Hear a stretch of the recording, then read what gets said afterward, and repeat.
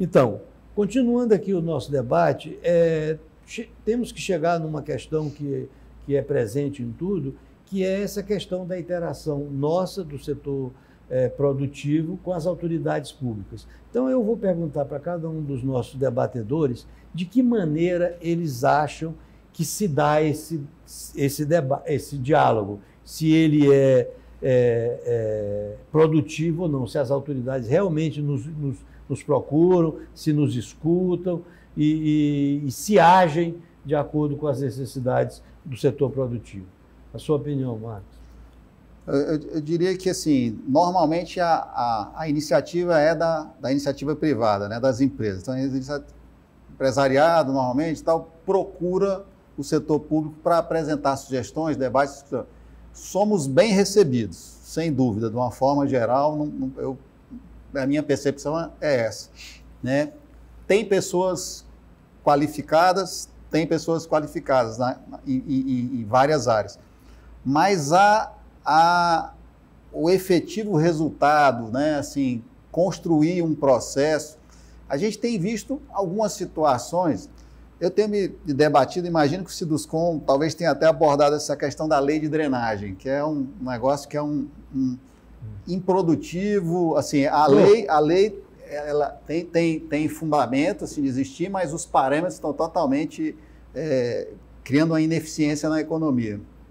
Então, assim, a gente precisa que a gente seja mais eficiente na melhoria desses processos. Vamos pegar, por exemplo, estamos nos debatendo com essa coisa da lei da drenagem, aí já faz no mínimo 1 ano, 2 anos, todo mundo sofrendo e tal, não conseguimos até hoje resolver uma coisa para frente. Quanto tempo levou para fazer a reforma da Previdência? Um dos maiores problemas, né, da nação, assim, estava cavando um buraco insustentável, né? E quando colocaram as pessoas certas, a reforma da Previdência foi feita, acho que em menos de 1 ano, é isso, Tetrano? Menos de 1 ano, foi rápido. Tá, né? Foi relativamente rápido. A reforma trabalhista no governo Temer, até para não ficar cingido a um governo A ou B ou C, foi extremamente bem concebida. Escolheram as pessoas certas, né? Em 3 meses se materializou grandes avanços na legislação trabalhista no sentido de otimizar os processos, né? Otimizar a eficiência do conjunto todo, com benefícios para ambas as partes, né? Então, assim, não houve redução de direitos, né? Não houve criação de obrigações absurdas, mas houve aumento da eficiência. Então, pegando esses dois como exemplo, é isso que a gente precisa, de efetividade, que a coisa seja resolvida por quem entende de uma forma produtiva. E que haja vontade de mudar, né? Isso. O que você acha disso? Bom, eu acho que nós temos um dos maiores problemas hoje, principalmente na nossa área, que é a área de atividade comercial, é a burocracia, né? Nós temos uma burocracia muito grande. Hoje, para você abrir um estabelecimento, é um parto, né? Você leva Pois você abriu, desculpa te interromper, mas porque você abriu já uma questão muito importante. Hoje, existem legislações que são moderníssimas, que você poderia abrir a empresa ali em 15, 20 minutos, está lá a legislação. Infelizmente, não são obedecidos aquelas regras, né?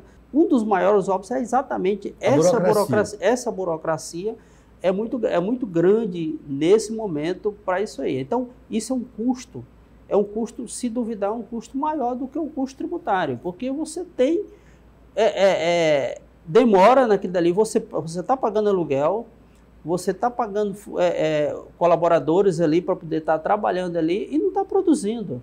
Quer dizer, E fora a burocracia, a questão, por exemplo, trabalhista, que outras questões você acha? Bom, nós temos a questão trabalhista, né?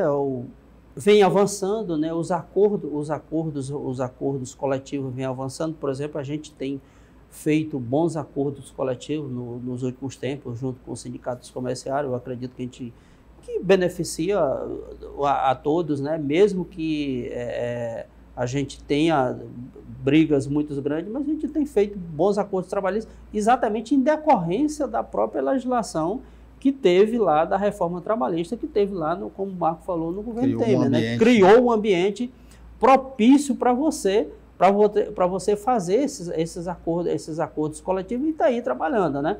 Nós temos uma outra reforma que está se iniciando no Congresso, né, através da medida provisória 1045. No caso de férias, por exemplo, que você está trabalhando, o setor público já usa isso aí há muito tempo. É férias fatiadas, de 10 em 10 dias, por exemplo. No setor privado, eu só posso dar férias com 30 dias para a pessoa, né? Com a última reforma trabalhista, eu posso dar em 2 pedaços. Com a medida provisória, eu posso dar em 3. Então, você tem que ter, a empresa ela tem que ter a liberdade de fazer o acordo com o teu empregado. Essa semana eu quero tirar 5 dias de folga e vou trabalhar, sei lá, 2 horas a mais aqui ou 3 horas a mais ali e fazer isso uma compensação. Quer dizer, nós temos que tirar muita coisa disso aí que tenha na própria legislação. Eu acredito que as negociações coletivas elas têm avançado muito nesse ponto aí de tirar muita coisa. Está na legislação, você faz a negociação, porque o que está negociado hoje, inclusive, ele tem poder sobre o legislado, ele tem muitas situações do que está lá na legislação, a gente muda nas negociações coletivas. Por exemplo, agora nós estamos aí com a questão do transporte coletivo, que não tem. Nós recorremos ao Ministério Público para poder pagar aos colaboradores, entregar para ele, por exemplo, o valor da passagem para que ele possa se deslocar de casa a trabalho e vice-versa, de qualquer forma, sem obrigatoriamente ter que ter o vale transporte. Então, tudo isso são questões que precisam ser questões que podem ser resolvidas. Quer dizer, é um guarda-chuva feito, inclusive, pelo próprio Ministério Público do Trabalho, porque precisaria de um aditivo à convenção coletiva. Algumas coisas emperra e outras você consegue. Então, essa parte aí da legislação trabalhista em que você precisa negociar, que você precisa estar presente, esse é um dos pontos que os sindicatos patronais precisam estar bem presentes nesse momento para poder estar aí, né, fazendo essas negociações. Então, é a representatividade que tem que estar ali em cima, tem que estar trabalhando. Isso tem que ter o respaldo de toda a categoria, né? A categoria dá o respaldo para que você possa estar aí fazendo as negociações. Desculpe, você acrescentaria outros óbices ao nosso desenvolvimento da nossa atividade comercial, Marcos? Fora essas questões que nós levantamos aqui, regulatório. Eu acho que eu tenho cartório. Sempre que tenho tido oportunidade, né, eu tenho dito assim que, como eu não vejo na carga tributária, ela é alta, mas assim, desde que ela seja equânime, né, seja para todos, não é isso que vai atrapalhar a nossa. Agora, toda essa carga burocrática, quer seja ela para construção civil, para ambiental, né, trabalhista, enfim, como eu disse, a gente teve vários avanços em determinadas áreas, previdência e trabalhista, acho que tivemos avanços muito significativos mesmo, mas assim, em várias outras áreas, assim, continua muito difícil.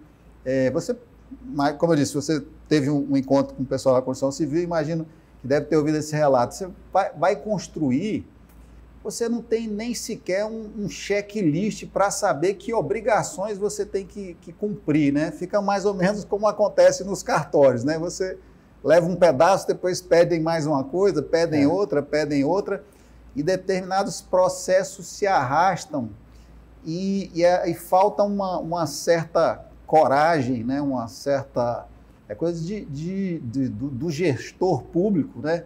De se sentir segurança que se a coisa é de boa fé. Eu vou dar um exemplo prático aqui. A gente está construindo nossa loja em Timon, estamos finalizando. Uma construção de 4 mil metros quadrados. E eu tive, de certa forma, a coragem de comprar 6 casas para aumentar o tamanho da loja, das quais 2 têm um inventário com mais de 10 herdeiros, incluindo falecidos. Então, você imagine a dificuldade do trâmite desse processo.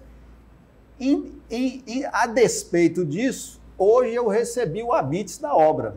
Por quê? Porque a obra está lá, feita atendendo a norma do bombeiro, atendendo as normas de proteção ambiental, atendendo o projeto foi apresentado, está tudo ok. Em paralelo, eu tenho uma obra em Teresina, mais ou menos do mesmo tamanho, eu tenho todos os projetos, tenho tudo dentro da norma e o terreno já está em nome da empresa. Só que são 6 lotes que ainda não estão remembrados. E aí eu recebo um auto de infração porque não estou com um projeto aprovado. Por que não estou aprovado? Porque o terreno que está no meu nome são 6 lotes. O que isso é impeditivo? Eu não quero aqui discutir causas pessoais, né? Assim, eu quero que se entenda como um exemplo. E assim, cada um de nós empresários pode citar dezenas de situações que a gente, e o Tertolino é testemunha disso, em muitas situações nossos colegas associados têm levado discussões sobre a seguinte argumentação: nós não queremos resolver o caso do João ou da Maria, nós queremos aperfeiçoar a regra para permitir um desempenho do conjunto melhor. Né? Eu acho que, assim, tentando entender um pouco o que você diz, eu vejo normalmente essa coisa de uma forma um pouco simples. Eu trabalhei numa grande empresa em que a gente tinha momentos de sístoles e de diástoles, momentos que a empresa estava se fechando e momentos em que ela estava se expandindo. Normalmente o que acontecia era uma luta entre a controladoria, entre a auditoria e o resto da empresa. Quando a auditoria estava forte, ela travava tudo e a empresa murchava. Quando aquilo tinha sido cedido, a empresa expandia. Então, como é que isso funciona no dia da nossa administração pública? Na minha visão pessoal, é quando você tem uma gestão de controle ou se você tem uma gestão de desenvolvimento, uma gestão de meta. Quando vocês têm uma gestão de meta, que você propõe, vou fazer isso, tenho que aprovar tantos projetos, essas questões desaparecem. Ótima analogia. Você está vendo hoje em Timon é uma gestão de metas, uma gestão de projetos. O cara tem um projeto de fazer algo e aí ele vai em busca daquilo. E aqui você está tendo uma gestão de controle. Eu preciso parar isso, eu preciso diminuir a hora extra, eu preciso isso, eu preciso cortar determinados abusos e tal. Então isso você vai tolhendo. Então esse que eu acho que não sei se vocês concordam, o grande problema que nós vivemos hoje no Piauí, que nós temos uma gestão pública, em geral, muito reativa e muito preocupada em controlar e muito pouco preocupada em crescer. Então, nós continuamos naquele 0,7%. Você deu uma ótima definição, me permita só acrescentar, que a burocracia ela é vista por alguns como um fim em si mesma. Né? Sim. Então, assim, aquele conjunto de regras para habilitar uma obra é para garantir o quê? Segurança, normas de saúde e tal. Se eu estou construindo um terreno que é da empresa e só porque está dividido em lotes, isso vai virar um auto? É a regra que é feita pela exceção. Esse aqui é a inversão completa dos valores. Bem, já estamos chegando numa parte bem já avançada do nosso debate, e eu queria pedir a vocês dois que fizesse uma síntese do que considera que são os grandes desafios para o comércio no nosso Estado e fizesse suas considerações finais. Pode começar você, Marco, depois o Verdolino. Eu acho que, assim, para o comércio em si, independente de outras variáveis, as coisas que eles são, né, intrínsecas mesmo, né, eu acho que assim, conseguir ganhos de produtividade, né, essa questão tecnológica, né, acompanhar as mudanças de hábitos de consumo, né, assim, os hábitos de consumo nos últimos 2 anos, se a gente já vinha numa mudança muito grande, né? Nesse intervalo de tempo da pandemia, isso se tornou ainda mais intenso e mais rápido, né? Eu às vezes costumava falar assim, antigamente você tinha uma fórmula de um negócio de sucesso e você aplicava a mesma fórmula há 30 anos, né? Ia ser 30 anos funcionando bem. Hoje em dia as fórmulas estão mudando cada vez mais rápido, né? Então, assim, esse tem sido o grande desafio na atividade propriamente dito, e que isso já é suficientemente grande, né?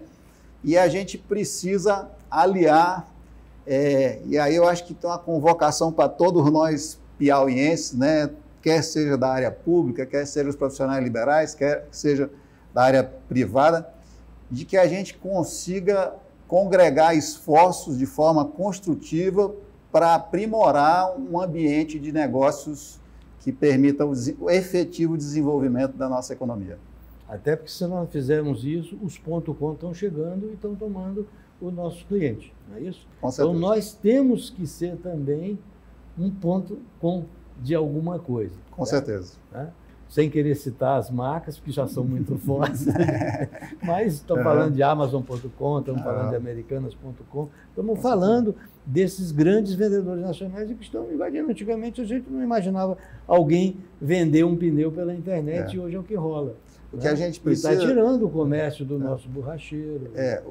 O que a gente precisa, eu acho que essa é a queixa legítima do empresariado local, é que assim, que a gente não quer regras que os prejudiquem, mas também não quer regras que os favoreçam de forma, digamos, desigual, assim, quer seja por políticas tributárias, quer seja por outros tipos de benefícios. Então, assim, eu acho que essa questão estatal de intervenção, quando se fosse conceder benefício, o critério que deveria ser prioritário é a questão, assim, quanto você vai gerar de folha de pagamento, quanto você vai gerar de imposto. Então, assim, essas são as duas variáveis que tem. Quanto você vai pagar de imposto no Piauí? Quanto você vai pagar de salário para os piauienses? Isso é importante, o resto é secundário. Então, Tertulino, o que você acrescentaria nessa questão? Bom, eu acho que o conhecimento, né? Eu acho que, como o Marco falou, nessa época da pandemia, cada lojista, cada empresário, ele teve que se reinventar. Então, o conhecimento, ele veio para ficar, e é um conhecimento que você tem que aprimorar todo dia, né? Todo dia você está agregando uma fórmula diferente, um conhecimento ali ao seu negócio, tá certo? Veio o quê? A venda pela internet, a venda pelo Instagram, pelo Facebook, empresas aqui que nunca imaginaram realizar venda online, e hoje estão inseridas nesse mercado, estão em boa aceitação pelo seu público, né? Então, o que fez isso aí? Foi exatamente a busca do conhecimento, a busca de pessoas que possam estar aí ajudando aqui, nesse ponto. Aí, nessa questão do conhecimento, principalmente da venda, aí entra o marketing, né?